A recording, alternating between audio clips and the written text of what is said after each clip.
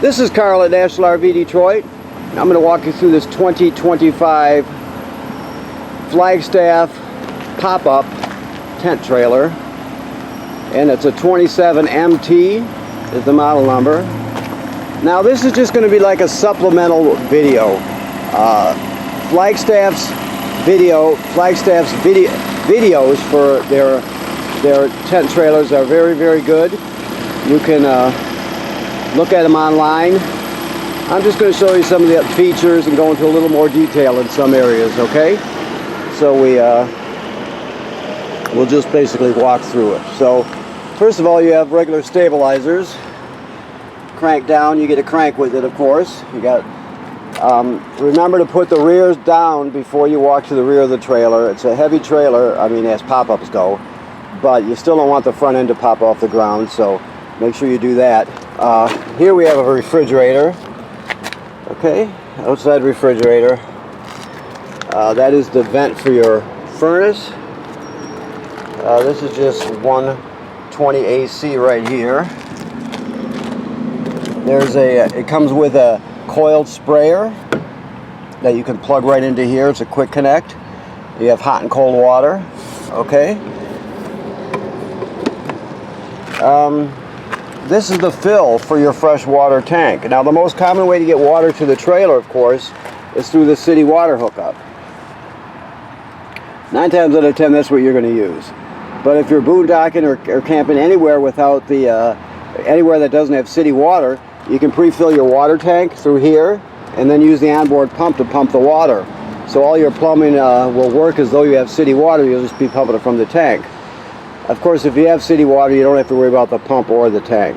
So it's just plan B, sort of, okay? And this is your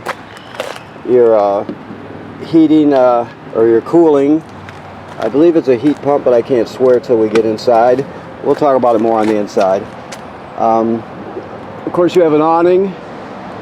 All the poles and the rafter, that's the crossbar piece, they're all contained in the awning itself, so they're all attached. You can't lose any of the parts. The only thing that aren't attached are two awning stakes that come with it.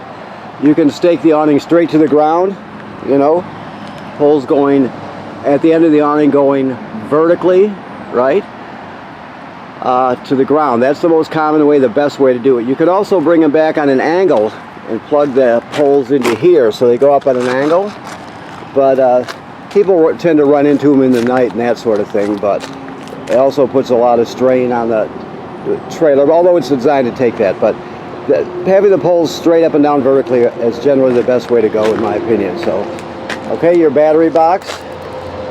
I don't know if you have 2 batteries with this, if you ordered 2 or not, but you can always expand to 2. The directions are on the inside of the lid, so if you only have 1 in here, if you only have 1 and you want to expand to 2, just make sure when you wire it to continue to have 12 volt output. You're just doubling the storage capacity, not the voltage, okay? So keep that in mind. You have a power winch on it.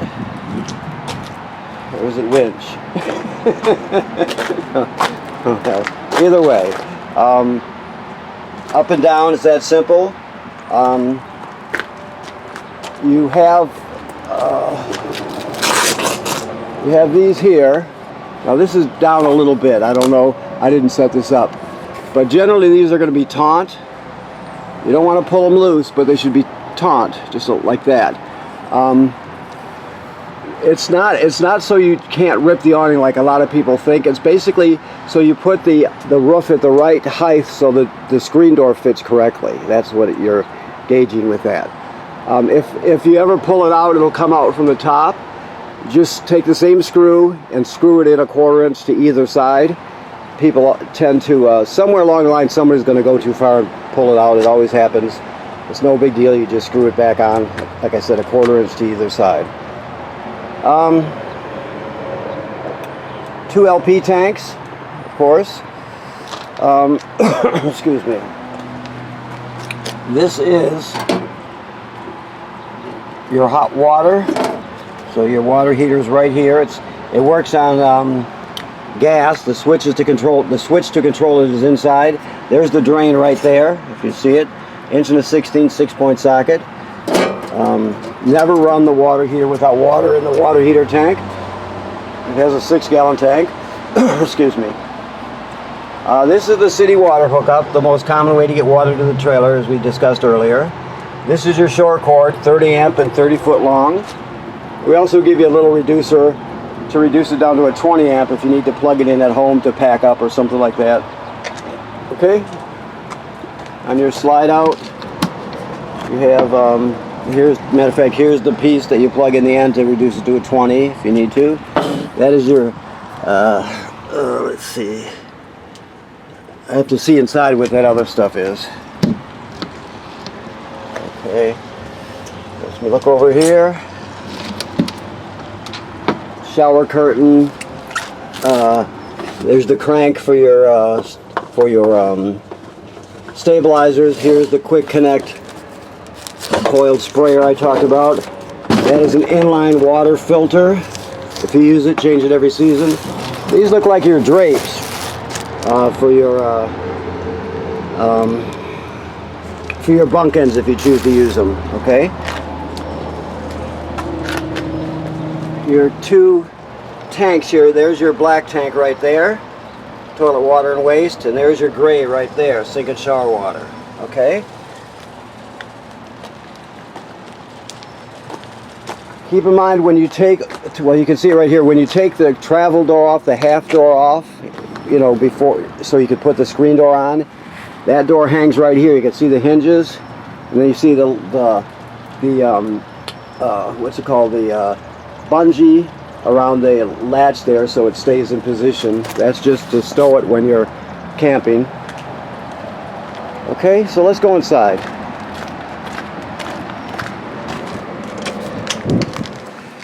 Okay, let's see what we have here. I suggest you take this off. If you don't, I mean, it's a good protector, but the problem is if water ever gets inside, somehow it won't evaporate, and you can get mildew and even mold. So I suggest you take it off. If you want to put a protector on it, just, you know, use something breathable. Okay. So as we look right here. Okay, hopefully we can see this okay. That was your awning light there. I think we can see it up there, right? Yep, there's your awning light.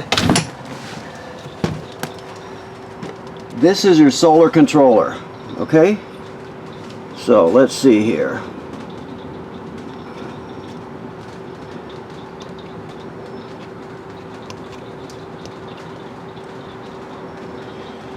Okay, so now it's just gonna rotate through the main screens here. So we have to talk fast when we get to the one. This is the best screen here with the 2 readouts on it.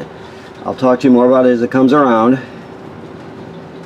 It has the voltage DC, 13.5 voltage DC in the system, and it'll also show you the amp gain from the sun, how much we're gaining and storing in the battery. So that's the second number, 0.6, which is a little more than a half of an amp. It's early in the morning. You can see it's overcast up there. It's been raining. That'll go up to 5, 6. It depends on the conditions outside, right? Depends on the position of the sun in the sky, the cloud cover, where you're parked at, all kinds of, you know, there are many different factors involved. So we'll come back around here. 13.5 voltage DC and 0.7 amp gain. The next number is the overall temperature, 81 degrees, right? And that's the total voltage that's between, that's coming from, you can look at it this way. This 0.6 is between the solar controller here and the battery. So that's what you're storing in the battery. This other number that we're coming around to, 19.9, that's what you're actually gaining from the panel, between the panel itself and the solar controller. So that's not that important of a number. The screen with the 2 numbers on it is the most important. That tells you everything you need to know right there, okay? So you can read the manual and learn more about it. There's some other features, but if it ever flashes FUL and says FUL, it's not insulting you. It's telling you that there's no more room for storage in the battery, right? So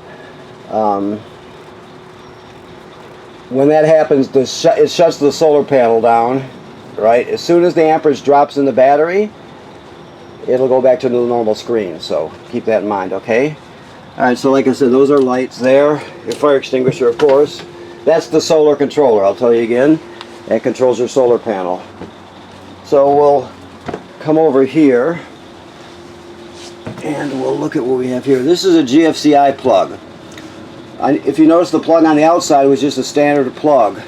This one here is just a standard plug, but it says GFCI protected. That's because all the plugs in the trailer are wired through this GFCI. So they are, even though they're regular plugs, they're still protected by this GFCI. So if you lose power in any of them, first thing you think is GFCI and you reset it, okay? This is your carbon monoxide LP gas detector. It's very important. It should always be green, right? If it's not green, you can also test it by pushing that. Go through the next test is carbon monoxide. First one was LP gas. And that is low battery alarm. When it beeps low like that, it's telling you your battery's low. The reason being, this is a safety device. It is hardwired to the battery. It's the only thing that's hardwired to the battery in the whole trailer. So because it's a safety device, you cannot shut it off. It always has to be on. So therefore, it'll warn you if there's not enough energy in the battery to run this.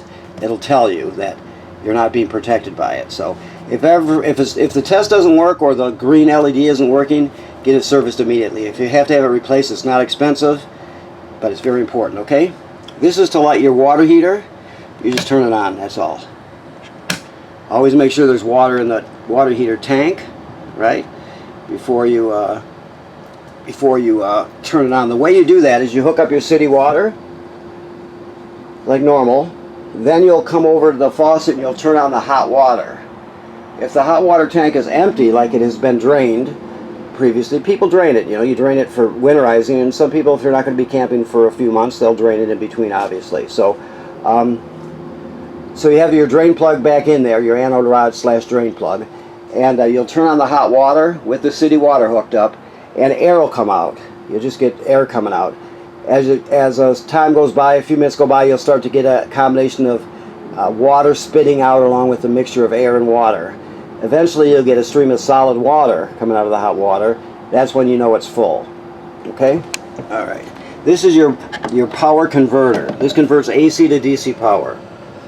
So this is your 120 AC circuit breaker. So that's what you're getting from shore power. So your shore cord is plugged in, you're getting 120 AC right here. Then it's being converted to 12 volt DC on this side. So you got 12 volt DC fuses, and they're all labeled. Everything's labeled. So these are 12 volt DC fuses. That's where the 12 volt comes from. It also comes from the battery. Now, the reason you convert to 12 volt DC is because everything that can run on 12 volt DC in a travel trailer does. Some things have to be AC powered, like the air conditioner, for example, has to be AC current.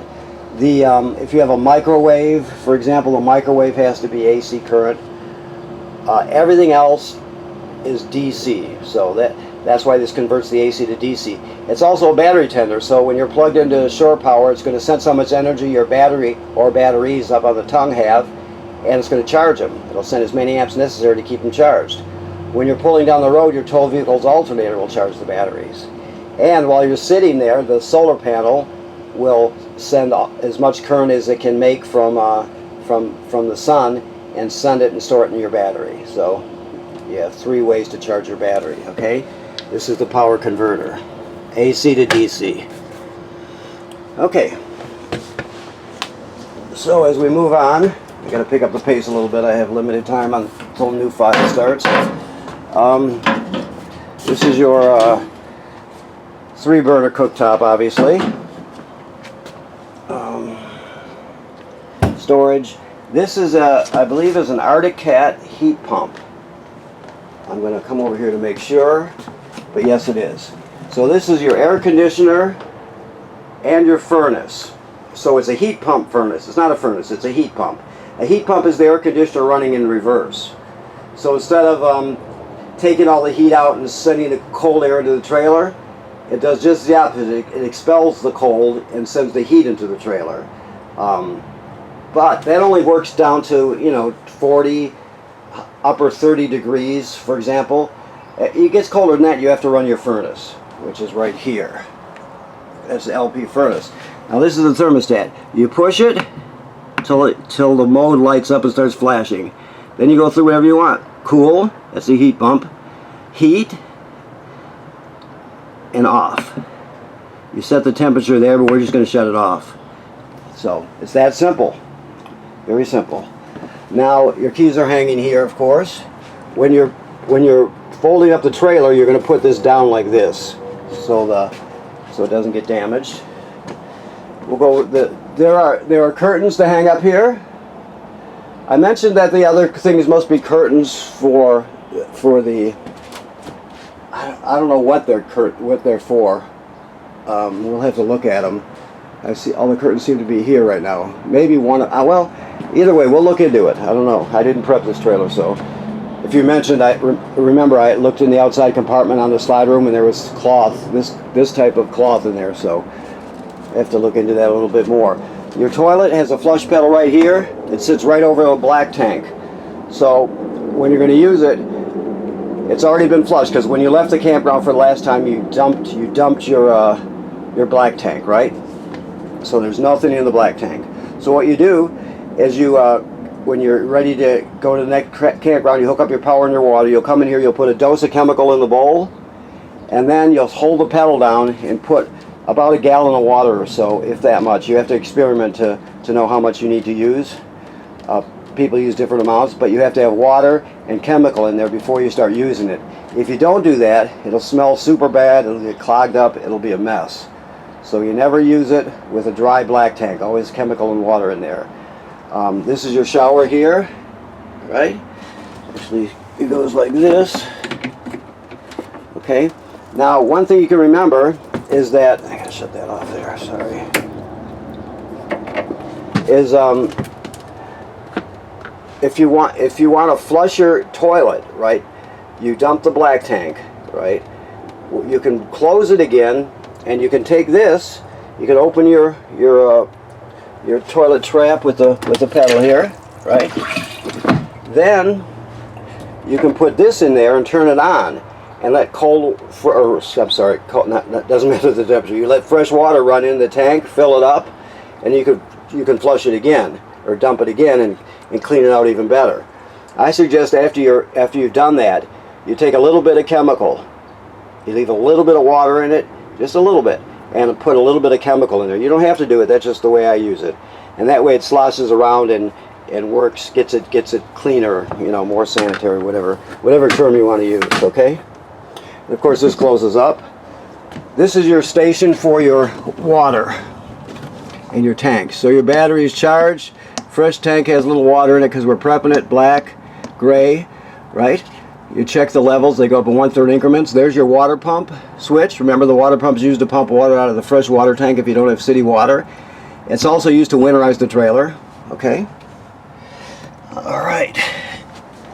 And there's more stuff. This is like a hanging pantry that hangs on.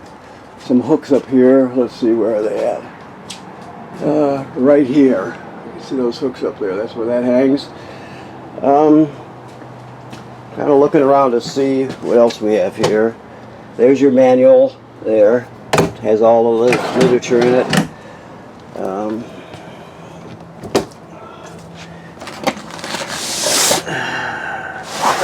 This is more stuff. We'll go to this one over here. This is more stuff that comes with it.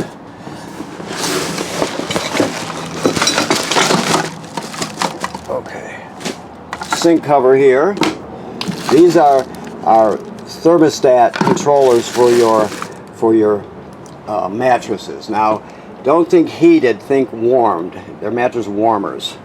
So one side goes into the nearest 110 AC. This one here, this side, goes into the side of the mattress right here. There's a port for it to plug it in. Turn it on and it'll warm up the mattress a bit, take the chill out of it. This is a fan light combo. They snap onto this bar here, for example. You plug it in right there, okay?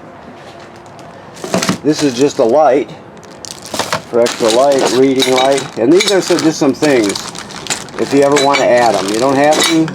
That's why they don't install them. We don't install them. It's up to you, basically. This orange thing here, this is a tool to adjust the stops on your winch up front, okay? There's a winch. I can read it straight. Anyway, it's got a little Allen head on it. If you can see that, that's what that's used for. So hang on to it just in case. This is some touch-up crayons here. You see right there, and it's a marker and a crayon to touch up any of the woodwork that gets damaged by kids or just life in general. That's a towel bar, of course. Toilet roll bar, if you choose to do it that way. A lot of people use the portable stuff and then stow it. So that's all up to you. The refrigerator, here we go. Almost forgot that. The refrigerator is 12 volt DC refrigerator. So it works on 12 volt DC. Okay? Very simple. And let me look a little farther. I think that's everything. Now, when it comes to maintenance, every place you see caulk from the factory, sealant from the factory, you want to inspect. That'll be the outside corners. On the outside of the trailer, on each corner there's a corner cap. It's a piece of plastic that goes around the curve at the corner. You inspect those it says every 90 days, but you should look at them all the time, just glance at them. If you see any cracking or separation there, you immediately clean it off really well and use something called Clear Proflex on it, or equivalent. The bottom line is you don't go to the hardware store to get hardware store caulk. You have to go to an RV place and get the correct stuff. They'll know what you need. In this case, we use Proflex, Clear Proflex. This vent here on the outside, this will be on the outside now, on the roof. You look for cracking and separation there, because there's sealant there. You have to do that regularly with any trailer. If you don't, you can develop a crack, because the thing does flex going down the road, and you don't know if it's ever going to skin any separation, but if you do, you want to take care of it immediately. It's not a big deal. That's just the nature of the beast, but you got to inspect it so you can fix it. If you don't do that, then the building materials can get waterlogged and things like that. That's not this trailer. It's every trailer ever built, right? That's just the way they are. So I can't tell you enough. You have to inspect the corner caps, the vent, and every place you see caulk from the factory, okay? That's important now. Okay, so I want to thank you for purchasing your trailer here at National RV Detroit. There's also going to be some storage under here. I think nothing in there, but there's storage in there. Thanks for purchasing your trailer from National RV Detroit. Please remember what I said about inspecting every place you see caulk or sealant from the factory, especially on the roof. You take care of immediately with the correct type of caulk. And right now there's no antifreeze in here. That's all been replaced with fresh water. Your water heater is in camping mode and ready to go. Remember, you're going to have to when you have to have this winterized. So it's the first time you should have somebody show you how to do it, and it's very simple, but you have to bypass the water heater and do different things before you pump antifreeze in. So I suggest you have somebody help you, unless you may know all this already. So okay, but keep that in mind. It has to be winterized, obviously, once it gets cold. And when you come to pick up, we're gonna walk you through it, and you'll look at this video, and you can look at the manufacturer's video if you haven't already, and we'll make sure you're happy and get you on your way. Okay? Thank you very much.